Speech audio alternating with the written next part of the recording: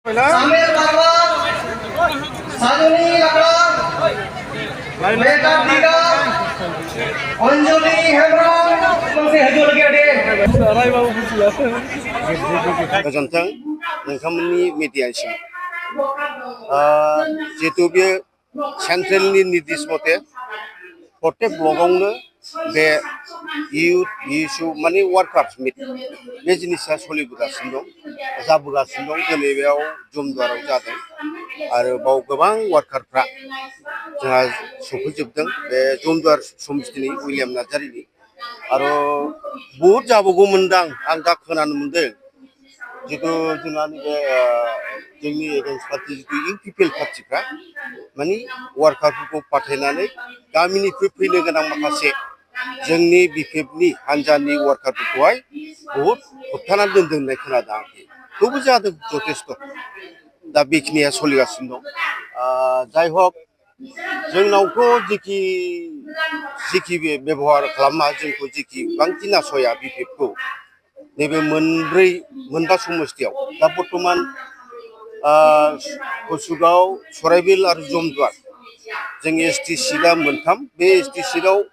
जोंखौ फेजेननो हानांगौनि माबाया दा बर्तमान खुनु हान्जा गैया आरोखि दिनैनि दिनाव आरो दा मोननैया जेनेरेल मोनसे अपेन मोनसेया जेनेरेल सिट बेबो बहुद माबा जाबाय आरोखि आपग्रेड जाबाय मोजां जाबाय जों सानदों बे गसाइगाव साब डिभिजनाव जोंनाव बिपिएफ माबाया समिस्तिया मोनबा दङ बे मोनबायावबो जोङो बिपिएफ हिसाबै देरहागोनखौ आसा लादों आरोखि आं जेबो बिदिखौ गोब्राबखौ आं जेबो नुहुराखै खारन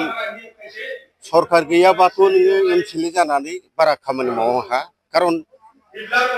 बिदि जुदि स्किम मावनांगौबा बे जाबाय गभर्नमेन्टनि अनसुंथाइ नङाबा खुनु खामानिखौ मावनो हाया आं नुदों आंनि समस्तियाव बेबायदि एथ' झामेला जानाय नङा खारन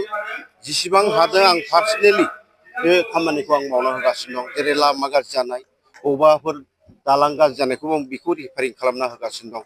आरो आं बिपिएफ सराइबिल हिसाबै आरोखि बिपिएफ हान्जाया खुबै गोख्रों आरो जोंनि बिपिएफ हान्जाया